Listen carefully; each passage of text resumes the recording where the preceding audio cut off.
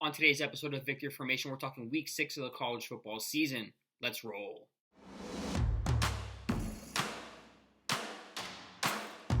What's up, sports fans? My name is Chris. Thank you so much for watching today's episode of Victory Formation. We are a weekly football betting show that covers both college football and the NFL.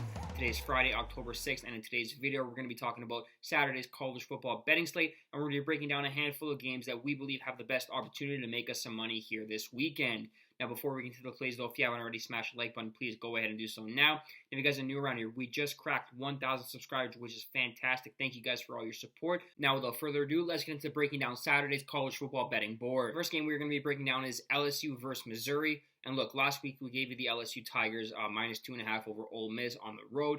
The offense showed up in a big way. They put up 49 points, but the defense gave up 55. They couldn't stop a nosebleed. Now, a week later, I'm not exactly sure how the defense is going to figure it out, overnight, essentially, and go up against the Missouri Tigers team that's great offensively. So with that said, I'm taking Missouri plus 4.5 points. If you look at LSU, their body of work through 5 games this season against good opposition and good offenses, they've given up a boatload of points. They lost to FSU. They lost to last week to Ole Miss, and they gave up 31 points to Arkansas. That's 131 points total to 3 good offenses. Missouri has a good offense and one that's going to be able to put up plenty of points and move the ball up and down the field on a poor LSU Tigers defense. Give me the Missouri Tigers at home plus 4.5 points, minus 110. Second game we are breaking down and talking about is a massive game, the Red River rivalry between Oklahoma and Texas. This game not only has Big 12 implications, but also college football playoff implications for Texas. They're ranked number 3 coming into this contest.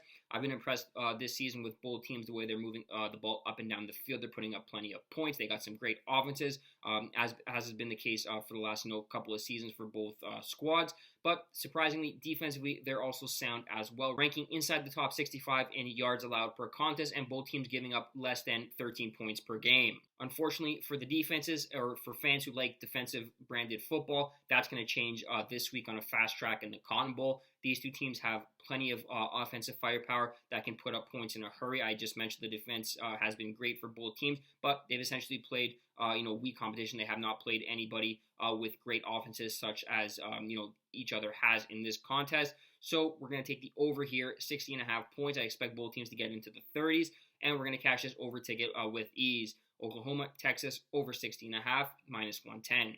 Next up, we're talking Washington State, UCLA. The current point spread for this game is UCLA minus 3.5, and I'm not exactly sure why they're favored in this contest. They beat nobody worth mentioning in those 3 wins, and the one loss last week, they put up 7 points in a 14-7 loss to Utah. Washington State, they're explosive on offense. They're one of the best teams in the country in terms of moving the ball up and down the field and scoring points at will. And right now, UCLA, while they have good defensive numbers, as I mentioned, they've played nobody worth mentioning. And I'm not exactly sure on offense how they're going to be able to keep up with the Cougars' high-flying attack. I'm taking the points here, plus 3.5 with the Cougars, but a sprinkle on the money line as well. Next up on the board is an SEC showdown. We're talking Alabama versus Texas A&M. And in this game, it's nice to be able to fade Alabama without thinking it's a bad bet. Texas A&M have what it takes to put the dagger in Alabama's season after just 6 games, which is something that's not happened in a very long time. And at home, I expect them to be hyped for this game and put an end to Alabama's season. If we're comparing the two teams, the Aggies have what Alabama doesn't have this year, and that's a manageable quarterback under center. I'm not a fan of Jalen Milroe under center. He's very inconsistent. He can't throw, the long ball. He's not accurate with his passes. And outside of Jace McClellan running the football, Alabama's offense is weak, and it doesn't offer much by way of explosiveness. The Aggies, they can move the ball up and down the field. They can score at will, and this is a great spot for them to avenge last year's 24-20 loss and ultimately end Alabama's season from basically reaching, an SEC title game or the college football playoffs at that. Give me the Aggies here on the money line, plus 110. Up next, we go to the Big Ten for a Big Ten matchup between Purdue and Iowa. As of this video, Iowa is currently minus 2-point favorites, and with Cade McNamara out for under center for the Hawkeyes, I'm not exactly sure how they're going to sniff 14 points in this contest.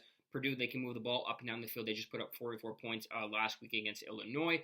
Iowa, we know they're a team defense first team, but I don't think they get to 14 points if Purdue can just do what they do best, and that's, move the ball up and down the field, put up points. 17 points should win it for them. Give me Purdue on the money line, plus 120. Next up on the docket is Central Florida versus Kansas. And earlier in the week, Kansas was minus 2-point favorites, but their quarterback, Jalen Daniels, has since been ruled out of this contest, making the Central Florida Knights 2-point road favorites. And we like them to get the job done here on the road in Lawrence. UCF, they got a great offense. They moved the ball up and down the field. They put up a ton of points. They did lose last week 36-35 to Baylor. That game, they blew a 25-point fourth quarter lead. Baylor basically beat them 26-0 in that fourth quarter. So if you don't expect them to be fully focused in this contest to get back in the winning track, I don't know what to tell you. Kansas, last week, they showed plenty of chinks in the armor versus Texas. They let the Longhorns go do exactly whatever they wanted to them at any time in the game. They gave up 40 points. And with an offense similar to Texas, like the UCF Knights have, I expect the Knights to go on the road and just basically put up as many points as they want and get the job done for us. Give me UCF moneyline minus 120. The next game we're talking about is the biggest game of the week. We're talking Kentucky at Georgia, and the line currently is Georgia minus 14.5. Kentucky last week, they got a great win against Florida. We were all over Kentucky in that one.